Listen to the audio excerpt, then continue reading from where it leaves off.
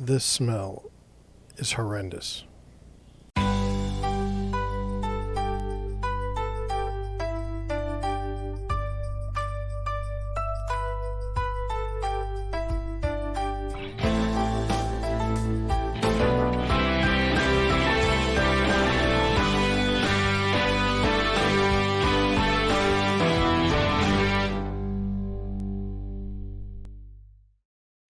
Hey everyone, good afternoon.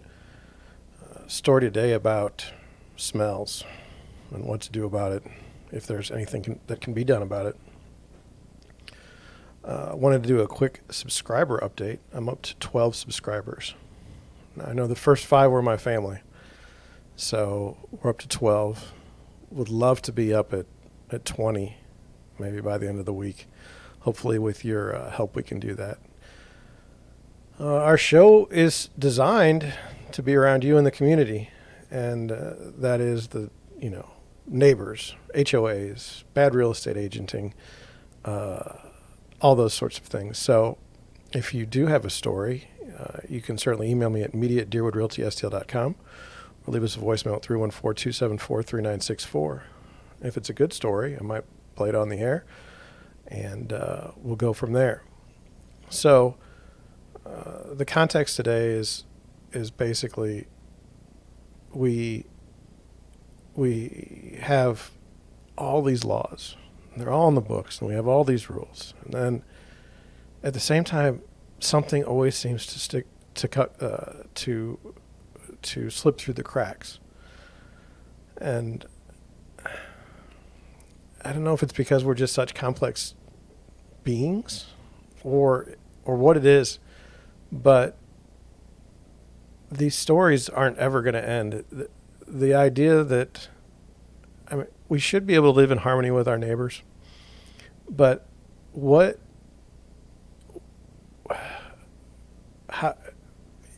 put it this way. If you have a friend and you have a disagreement, if you're good friends and, the slight wasn't too terrible, you're going to go on and continue to be friends.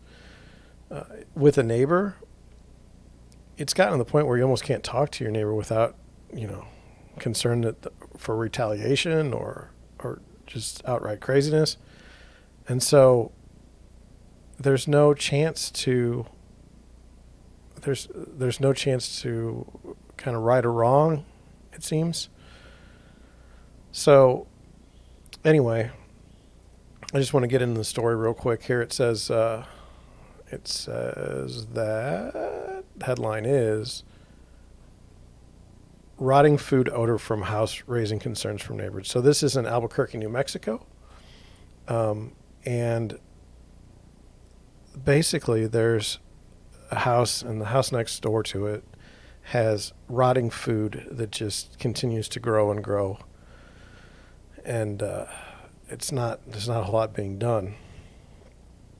And so in the article it says last year they said their next door neighbor started leaving out boxes of food in the backyard, attracting flies and rodents and creating an overwhelming stench. So this is last year.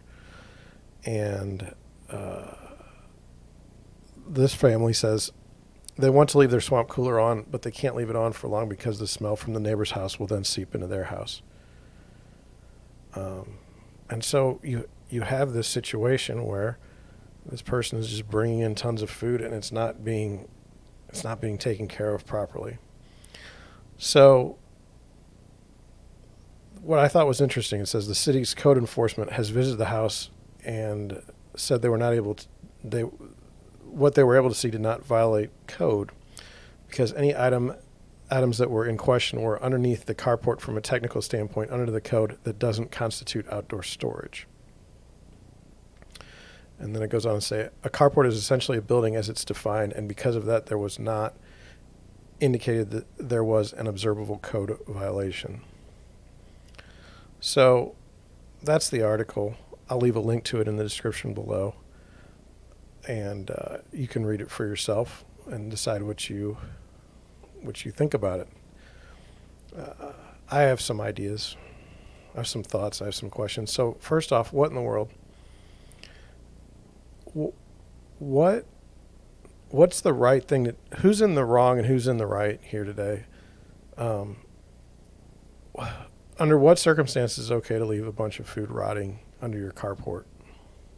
So bad that there's flies and it's disgusting. Under what condition is that okay? And then second question I have is what can be done?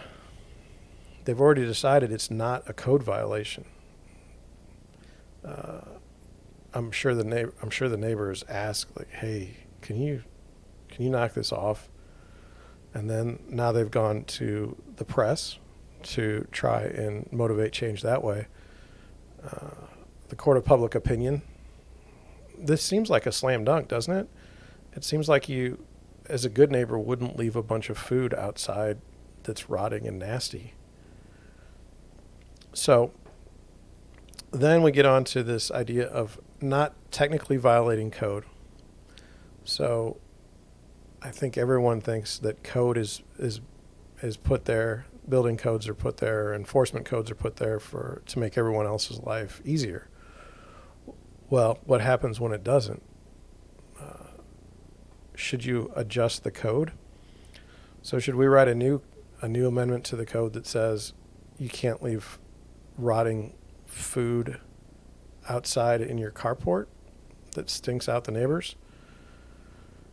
I mean, are we going to have to legislate everything? And I hope not. But this is where there's always going to be friction. There's going to be some people that say we have too many laws already, and there's other people that says we don't have enough laws, we don't have enough code enforcement. Look at what this person is doing. And I don't know the answer. And what was interesting is in the article, one of the quotes was, any items that were in question were underneath the carport from a technical standpoint under the code. That doesn't constitute outdoor storage. So even the code is odd. A carport is considered indoor storage? Just doesn't make a lot of sense. And then another quote said, the city said they can't inspect the property unless they get permission from the owner or have a court order. So I'm just trying to get this through my head. If you're the person with the stinky food in the carport, are you going to let the city come in and inspect your property? And if they're coming inside, what are they looking for anyway? Health violations? Who's gonna knowingly agree to that? And then the second part is on a court order. Can you get? Again, I'm not a lawyer. Can you get a court order for a terrible smell that is coming from your neighbor's house? So, it's fascinating to me. What can you do? And it's so bad that the family has a swamp cooler and they can't even leave it on because the smells from the neighbor's house will then seep into their house. And so a couple of things, we've gotten into this now. So we should make designations for neighborly things to do and then not being neighborly. And if we go with neighborly, this is not a neighborly thing to do. The neighborly thing to do would be to keep your area clean. But you shouldn't have to be told that if you own a house. And it shouldn't have to be legislated. To be a good neighbor is important to a community. And this is falling way short. Just to get into one of the things I've learned as a real estate broker is during the maybe early 2000s, there was a political party that said home ownership is an all-time high. So I guess this was actually 2006, 2007, and they were running around saying, look at all the home ownership we have. Look at all this wonderful home ownership. And it occurred to me then, and it's always struck me as there are some people that can't own a home. And I mean that. I've been to so many houses. I mean, it's just disgusting. Why do we think home ownership solves that problem? If people are disgusting people in the first place, home ownership isn't going to fix that.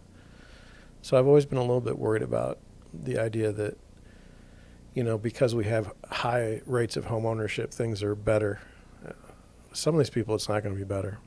And so That's one thing I wanted to mention. And then I wanted to talk about hoarding for a second, and mental illness.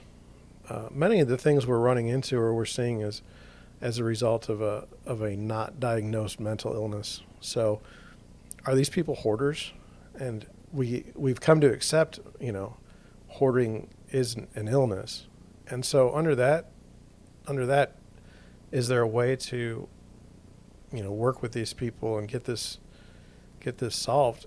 I don't think anyone thinks living in a hoarding situation is great. I know that if you're a real estate investor and you happen to come upon a hoarder, it's like a gold mine, because that the house is destroyed and that nobody else is going to want to buy it unless it's a flipper.